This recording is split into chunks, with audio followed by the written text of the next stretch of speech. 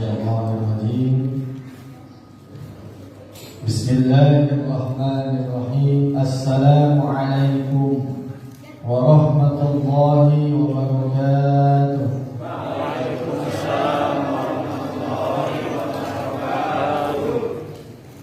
Innal hamdalillah nahmaduhu wa nasta'inuhu wa nastaghfiruh wa na'udzu billahi min shururi anfusina wa sayyiati a'malina. Man yahdihillahu fala mudilla lahu wa man yudlilhu fala hadiya lahu. Asyhadu an la ilaha illallah wahdahu la syarika lahu wa asyhadu anna Muhammadan 'abduhu wa rasuluh la nabiyya wa la rasula ba'dah. Allahumma shalli wa sallim ala sayyidina Muhammad wa ala ali Muhammad kama sallaita ala Ibrahim wa ala ali Ibrahim fil alamin innaka Hamidum Majid. Allahumma barik ala sayyidina Muhammad wa ala ali Muhammad kama barakta ala Ibrahim wa ala ali Ibrahim fil alamin innaka Hamidum Majid. Wa qala Allah ta'ala fi kitabihil karim wa huwa asdaqul qailin. A'udzu billahi minasy syaithanir rajim. Bismillahirrahmanirrahim. Ya ayyuhalladzina amanu taqullaha haqqa tuqatih wa la tamutunna illa wa antum muslimun. Amma ba'd. Yang kami hormati Ketua DKM dan juga seluruh jajaran pengurus Masjid Al-Irsyad Rumahan Pesona, betul ya? Pakai pesona ya? Ya. Mudah-mudahan Allah senantiasa menjaga keikhlasannya, kekompakannya, semangatnya. Tantangan DKM itu bukan hanya membangun masjid, tetapi meramaikan masjid. Tantangan DKM adalah bagaimana membina lingkungan lewat masjid. Alhamdulillah masjidnya sudah bagus ya Pak, sudah layak. Tapi tantangannya tadi ya Pak, bagaimana menjadi innama ya'muru masajidallah man amana billah. Insyaallah mudah-mudahan di bawah Pak Yazid dan kawan-kawan ini dan juga pengurus DKM, mudah-mudahan Masjid Al-Irsyad ini senantiasa ramai, dijadikan tempat mu'allikun ya, tempat bergantungnya umat di sini. Yang saya muliakan juga, kebetulan ini alhamdulillah ada Ustaz Asad Hintoya, tetangga Pak ini Pak.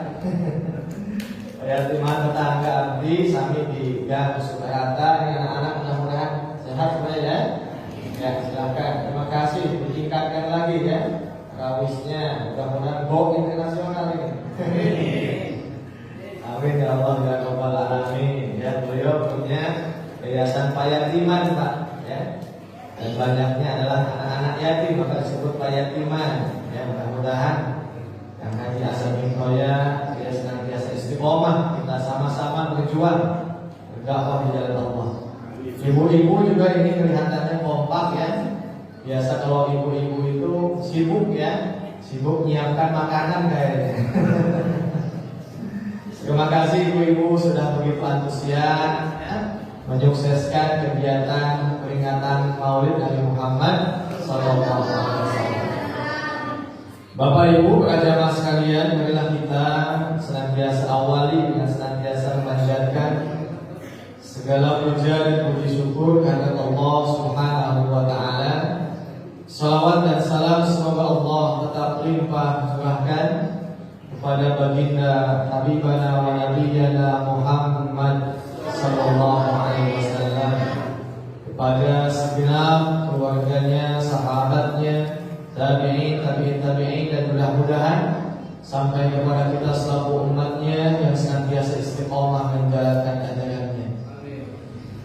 Bapak Ibu yang dimuliakan Allah Subhanahu wa taala, pagi ini kita bincang-bincang santai membahas, memperingati, mengingat kembali sosok Nabi Muhammad SAW. Bapak Ibu, sosok Nabi itu bagaikan bid'ah. Cek Sunda nama enteng. Tahu enteng kan? Apa enteng itu? Anak-anak? Kami ya sok aja ya. Nah, gitu ya. Jadi dengan kita berkaca, bercermin nanti akan kelihatan. Anu aya cieuhan ketinggalan cieuhan gitu ya. Nah, anu waos nata aja digosok ketinggalan konengna. Gitu ya. Jadi dengan kita berkaca, bercermin itu nanti akan kelihatan apa yang mesti kita perbaiki dan apa yang mesti kita tingkatkan. Nah, Bapak Ibu sekalian, dalam konteks Maulid saat ini, kalau kita membahas sosok Nabi tidak akan selesai 2 jam, 4 jam juga, Pak. Nggak bakal selesai. Ya, bahkan ya sampai malam juga tidak ada, ya tidak ada ujungnya. Tapi kita fokuskan Bapak Ibu sesuai dengan tema yang akan kita bahas, yaitu tentang ayah bunda, ya, kenalkan kami apa tadi? Ajarkan kami tentang Rasulullah dan ajaklah kami, tadinya begitu ya, ajaklah kami ke dalam surga. Begitu tema yang akan dibahas pada pagi hari ini. Baik Bapak Ibu yang dimuliakan Allah Subhanahu wa taala, saya ingin awali dengan ada 3 poin penting. Ketika kita membicarakan sosok Nabi Muhammad Sallallahu Alaihi Wasallam, Bapak Ibu, jangan sampai yang 3 ini dilupakan. Jangan sampai yang 3 ini dilepaskan. Apa? Yang pertama, ketika kita membicarakan sosok Nabi Muhammad Sallallahu Alaihi Wasallam, bahwa poin pentingnya bahwa Nabi Muhammad adalah utusan Allah Subhanahu wa taala. Ini penting Bapak Ibu sekalian, sebab kalau hanya kita bangga, kita meneladani Nabi tanpa mengikatkan siapa Nabi itu, nah ini nanti tidak ada bedanya, ya, umat Islam dengan non-Muslim, Pak. Kalau hanya bicara bangga, non-Muslim juga sama bangga. Ada salah satu buku 100 tokoh dunia yang sangat berpengaruh, influence of the world. Di antaranya adalah nomor wahid itu siapa? Nabi Muhammad SAW, ditulis oleh Michael Hart. Beliau bukan Muslim, Pak. M-nya itu bukan Muhammad tapi Michael. M-nya itu. Dan beliau menempatkan sosok Nabi sebagai teladan, pemimpin, tokoh dunia yang sangat berpengaruh dibanding yang lainnya. Satu, Pak, tapi dia tidak iman kepada Nabi. Hanya mengakui dan bangga saja. Yang kedua, Bapak Ibu sekalian, ada salah seorang tokoh ilmuwan. Beliau menuliskan ensiklopedia hadis. Ya, panjang hadisnya 6 jilid, Pak. Namanya Profesor Wing Sing. Beliau menulis kitab, nama judul kitabnya Al-Mu'jam Al-Mufahras li Al-Fadil Hadis An-Nabawi. Bahasa mudahnya ensiklopedia hadis-hadis Nabawi. Beliau mengumpulkan kutubus sittah, ya, dijadikan satu kamus bagi kita kalau ingin menemukan di mana hadis itu ada lewat tulisan Wing Sing. Contoh Bapak Ibu misalnya menemukan penggalan hadis, man arada dunya fa'alaihi bil ilmi. Kita tidak tahu sanadnya, kita tidak tahu di mana hadis itu dicantumkan. Nomor berapa hadis itu, buka Wing Sing, nanti ada di sana. Apakah ada di Sahih Bukhari, di Sahih Muslim, Sunan Abu Daud, An-Nasai, Tirmidzi atau Ibnu Majah? Ada semuanya. Itu namanya apa? Mu'jam. Siapa Wing Sing itu? Orang bule, Ustaz. Orang bule, orang Belanda. Ya. Apa wulu-wulu acan. Coba, kalau kita tanya, beliau hafal nggak hadisnya? Makanya beliau bisa menyusun itu saja, itu menunjukkan beliau hafal. Insya Allah ya, Bapak Ibu yang ada yang hafal hadis di sini. Lebih sulit Pak. Kalau menghafal ayat Quran itu jaminan Allah. Inna nahnu nazzalna dzikra wa inna lahu lahafizun. Tapi kalau hadis tidak ada. Maka lebih sulit dapatkan hadis. Apalagi silsilah sanadnya. Insyaallah.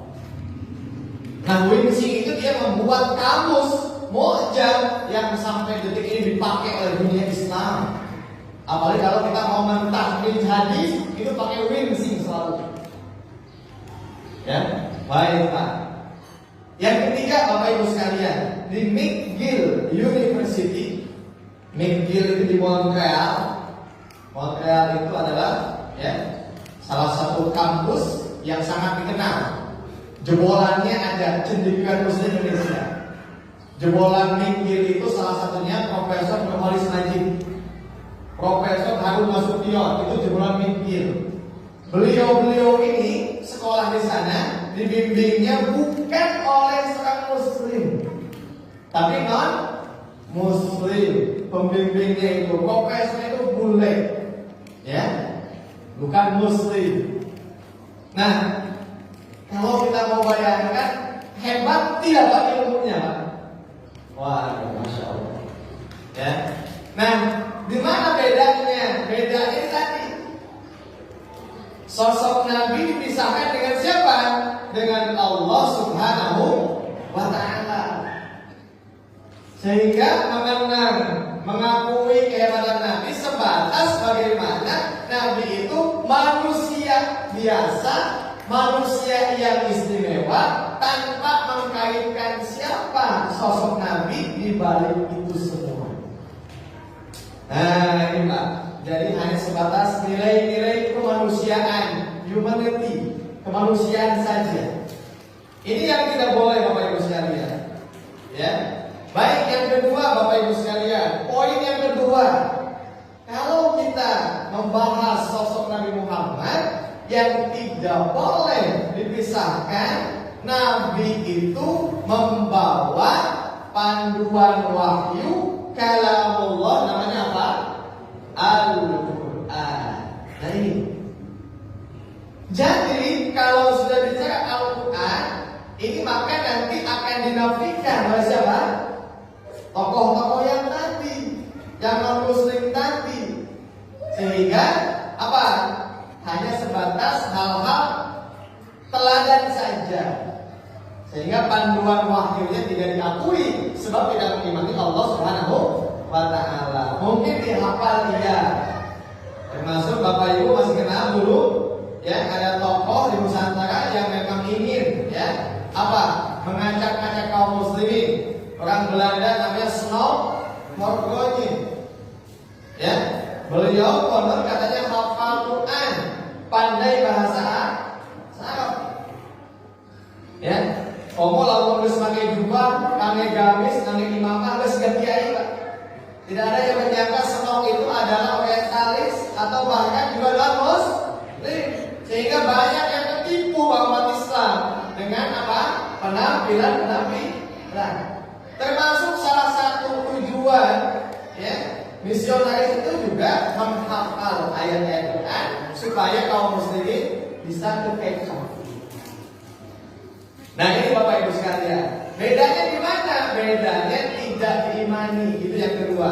Maka yang kedua, ketika kita membahas sosok Nabi siapa? Nabi Muhammad Sallallahu Alaihi Wasallam tidak boleh dilepaskan dengan kalamullah, yaitu Al-Quran. Itu yang kedua Pak. Yang ketiga Bapak Ibu sekalian, sosok Nabi Muhammad yang tidak bisa dilepaskan itu adalah dengan ajaran Islam sebagai konsep kehidupan yang wajib kita ikuti dan mengikat kepada kita. Itu bedanya Pak. Jadi yang ketiga ini kalau hanya sebatas isi kandungan Islam itu adalah ajaran, tapi tidak mengikat kepada apa? Ucapan kita, tindakan kita, muamalah kita, pemimpin kita. Lantas bedanya apa Pak dengan yang lain? Kalau hanya sebatas Islam itu apa? Pengetahuan. Nih hati-hati Bapak Ibu. Saat ini ada upaya-upaya untuk memisahkan satu, Nabi Muhammad bukan utusan Allah. Ada upaya-upaya yang memisahkan Nabi Muhammad itu kalamullah-nya tidak mengikat. Yang ketiga, ajaran Islam itu hanya sebatas pengetahuan kognitif saja gitu. Ya, diapalkeun, diujiankeun, menang bener, menang ijazah. Terus tos itu naonnya atos we, siga matematika, siga fisika, siga kimia, siga IPS gitu. Hati-hati. Jadi 3 hal itu dulu Pak yang mesti kita selesaikan. Nah nanti sosok Nabi bukan hanya diteladani tapi diikuti. Oh, kata Allah apa?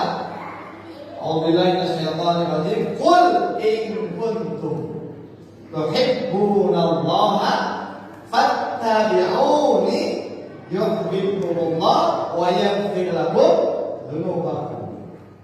Kata santri itu ada kalimat syarat yang jawab gitu. Sudah nggak jawabnya belum apa bedanya? Qul in kuntum tuhibbunallah lamun anjeun jika kalian itu mencintai siapa? In kuntum tuhibbunallah mencintai Allah fattabi'uni ikutilah aku. Jadi tidak ada teladan yang wajib diikuti kecuali siapa? Sosok Nabi Muhammad Sallallahu Alaihi Wasallam. Ya. Jadi pada ucapannya itu ada wujud keesaan Allah. Pada tindakannya ada wujud keesaan Allah. Pada senyumnya ada wujud keesaan Allah. Pada kebaikannya ada wujud keesaan Allah. Dalam putusannya ada wujud keesaan Allah. Jadi kalau seandainya cinta Nabi tapi tidak mengikatkan sikap tindakan dalam kehidupan kita, asli atau palsu Pak cintanya? Palsu. Bu, asli atau palsu Bu cintanya Bu? Aduh ibu-ibu lah jauhan ya. Jadi kalau hanya sebatas menempatkan Nabi sebagai pengetahuan saja, ya, lantas di mana posisi kita dengan Nabi hubungannya? Kalau ajaran Nabi tidak menjadi syariat yang mengikat, maka itu tidak ada bedanya antara muslim dengan non-muslim. Jadi di mana bedanya? Bedanya bagi kita ucapan, tindakan, perbuatan Nabi menjadi syariat bahasa itu. Betul Pak? Maka definisi hadis apa? Ma'udhifan ila nabiyyi sallallahu alaihi wasallam qaulan au fi'lan au taqriran. Betul tak? Sesuatu yang diidofatkan, sesuatu yang disandarkan kepada Nabi, baik ucapannya, tindakannya, perbuatannya, utusannya, dan akhlaknya. Bapak makan sambil duduk itu jadi pahala. Non-muslim yang tidak mengimani Nabi makannya sama duduk. Kalau duduk itu tidak jadi pahala. Ya, Bapak menatap istri Bapak dengan penuh kecintaan dan keimanan. Ya Pak, dosa nak saya kumulong ya, pun bocor di bumi ya banyak. Tahu saya ada sah. Ada di bumi ya banyak. Ini di Facebook gitunya. Ya, hati-hati Pak. Yang ditolong itu istri kita Pak, bukan yang ada di sinetron Pak. Apalagi ikatan cinta gitu ya, kita mah batu. Dosa apalagi. Gitu Pak. Ibu-ibu mendidik anak dengan penuh keikhlasan itu akan jadi pahala, masya Allah. Mencuci pakaian suami ya, itu satu pakaian saja itu menghapuskan dosa-dosa. Ada yang tanya ke saya, Ustaz, kumaha lamun laundry kan tidak ada.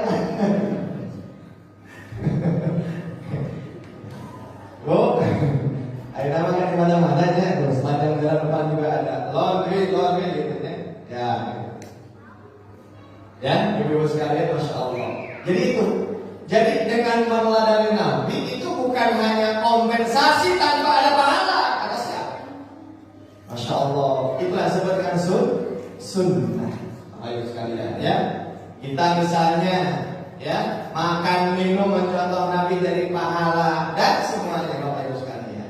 Nah, ayo sama-sama pagi ini saya diminta khusus oleh Ustaz Yazid untuk bicara masalah sosok Nabi dalam hal pendidikan kepada anak-anak. Baik Bapak Ibu sekalian, kita mulai. Ya, dari mana memulai pendidikan Bapak Ibu sekalian? Sebetulnya konsep pendidikan Islam itu simpel, mudah. Simpel dan mudah. Satu, Rasul mengatakan dalam hadisnya dan sahih ini dikatakan apa? Innama bu'ithu mu'alliman. Kata Nabi begitu. Innama bu'ithu mu'alliman. Saya diutus oleh Allah itu sebagai seorang guru mu'allim.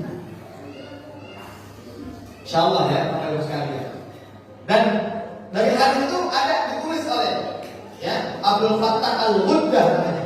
Syekh Abdul Fattah Al-Ghuddah menulis Rasul sebagai sosok seorang mu'allim. Ya, kurang lebih 200 halaman. Ya, kitabnya Bapak Ibu sekalian. Masya Allah. Di sana lengkap tak dibahas bagaimana metode, bagaimana pendekatan, bagaimana materinya, bagaimana menyampaikannya, semua ada. Nabi ketika menyampaikan wahyu semua dipotret, bagaimana itu ada proses pembelajaran antara Nabi dengan sahabat. Gitu Bapak Ibu sekalian. Begini Bapak Ibu sekalian, saya akan bicara tentang masalah pendidikan di awal dengan sebuah contoh begini.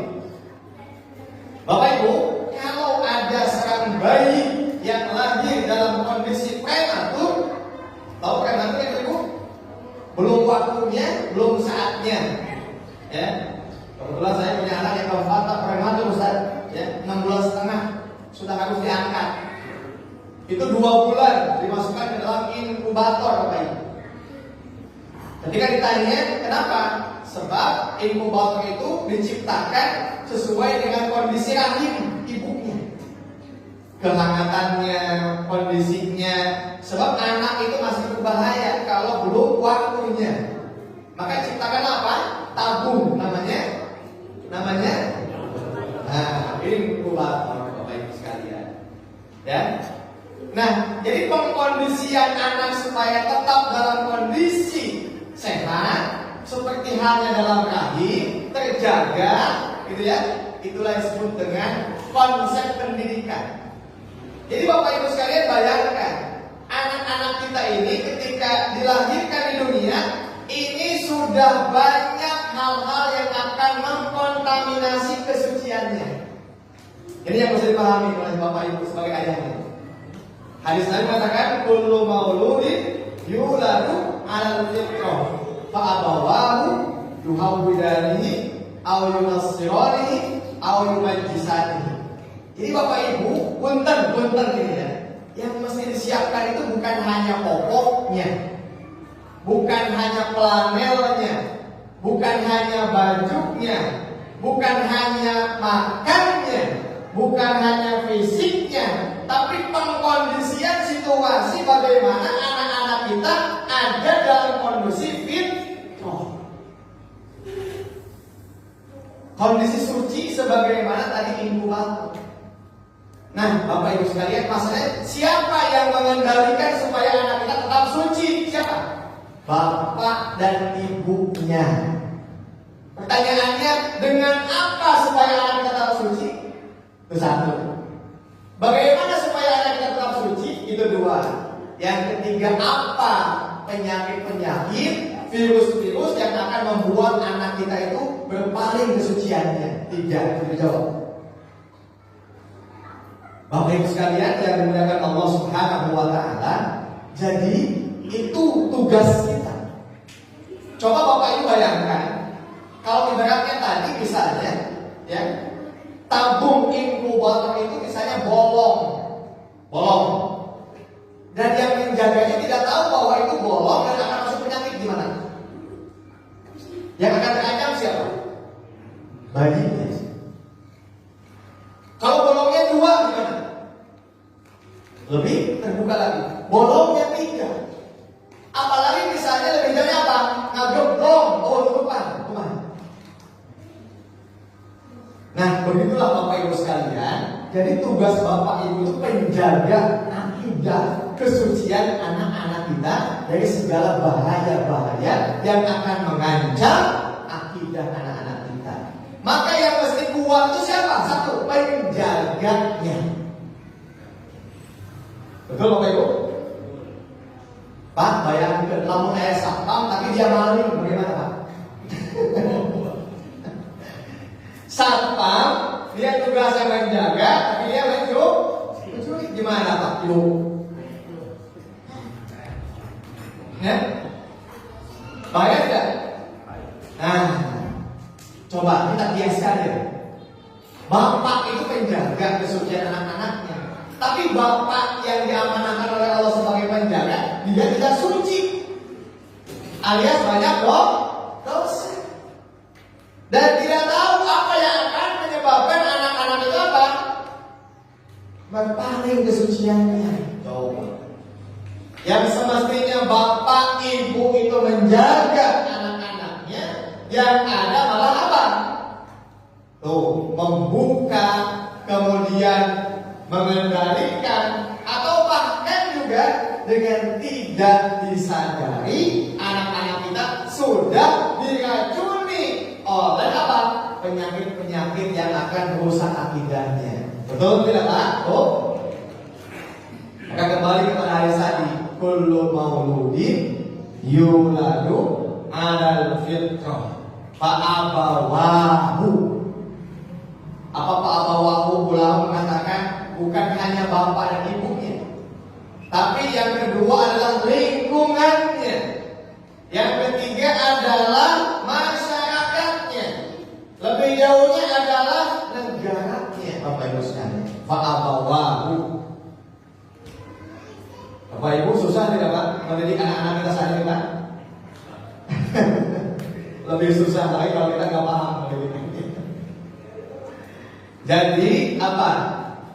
Sebelum kita ingin mensucikan siapa? Akidah anak-anak kita, yang harus suci duluan siapanya?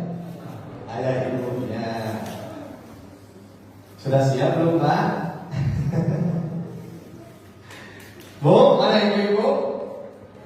Nah, ada. Sudah siap Bu? Mensucikan anak kita Bu? Ya. Ibu bapak sekalian, dengan apa mensucikan anak kita? Itu bapak ibu sekalian.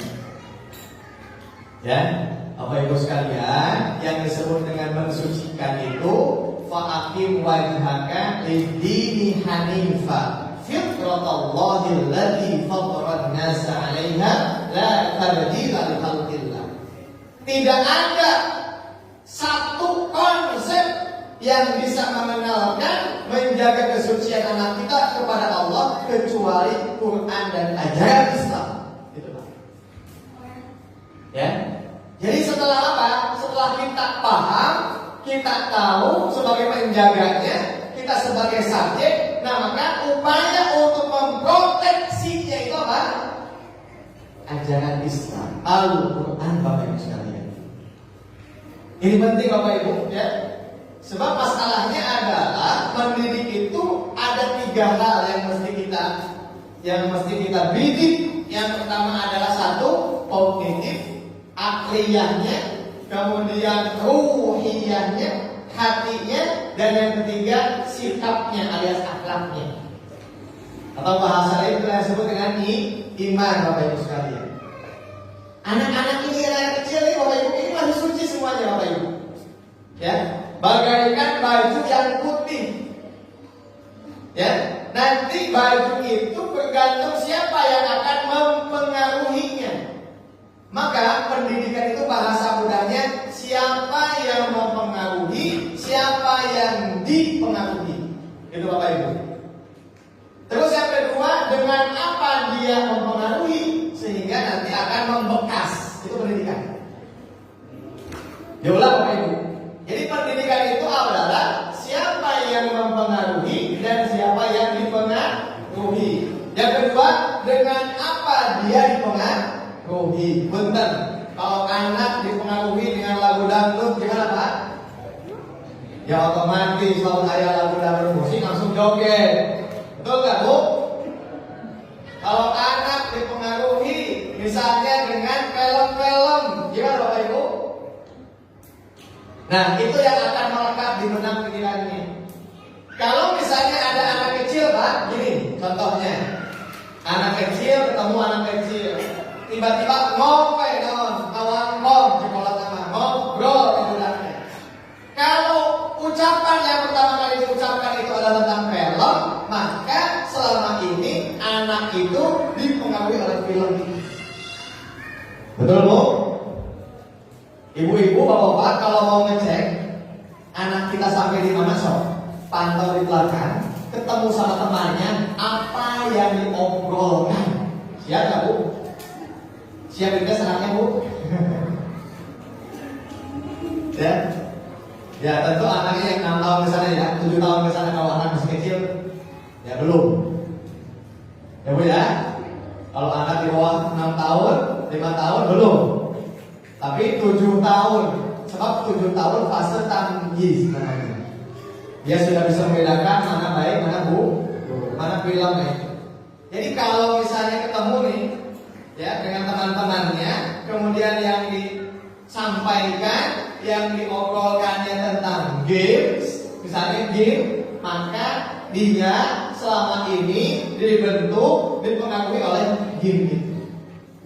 Maka sosok ayah ibunya tidak ada. Yang ada game-nya. Kenapa? Sebab yang membekas pada pikirannya, mulutnya, ucapannya adalah game. Ya, ibu-ibu kalau kumpul-kumpul, ya, misalnya ya, bukan ibu di sini ya. Ya, di sini insya Allah solehah semuanya. Ya, nih. Kalau ibu-ibu kumpul-kumpul arisan atau mau senam, kocok-kocok misalnya, yang diobrolkan itu ada sinetron Ikatan Cinta. Semalam si Andin begini loh, nah berarti itu. Gitu nggak Pak? Kalau bapak-bapak juga sama ini. Oh, dengar dulu. Yang diobrolkan yang musuh. Yang diobrolkan yang goes, berarti yang mempengaruhi pola sikap, pola pikiran bapak yang itu. Tapi kalau bapak ibu ngobrolnya hari ini sudah berapa juz ya kita tilawah. Nah, itu bisa. Hari ini ziyadah ya nggak kita ya? Perasaan kemarin kita belum ziyadah nih, belum rojaah nih. Ya Bu ya, suka gitu Bu? Nah, gitu. Kata bapaknya, kata abinya, anak kita tadi dipantau belum hafalannya, dicek belum rojaahnya, sama siapa mainnya, apa yang, ya. Ini Bapak Ibu sekalian begini, disadari atau tidak disadari, kalau kita lengah, tahu lengah apa? Loss pendampingan kepada anak kita, maka akan masuk. Kayak tadi bobol kan, banyak lubang-lubang yang akan masuk. Dan kenapa? Sebab anak itu dalam psikologi Islam dikatakan anak itu punya sifat mahaka. Apa itu mahaka? Dia mengimitasi apa yang dia lihat, apa yang dia dengar. Itu anak. Apalagi itu diulang-ulang sampai membekas. Maka kata kunci yang kedua, Bapak Ibu sekalian, pendidikan itu apa? Sesuatu yang diulang-ulang dan membekas. Itu pendidikan. Contohnya begini Pak, ini tembok, Pak, tembok. Kalau kita pukul, keras nggak Pak? Keras ini ya. Kalau kita mau nempelkan paku, ya, hanya sekali kita polnya, nempel nggak? Harus gimana? Berkali-kali kita pol, tok, nempel tidak? Nempel tidak?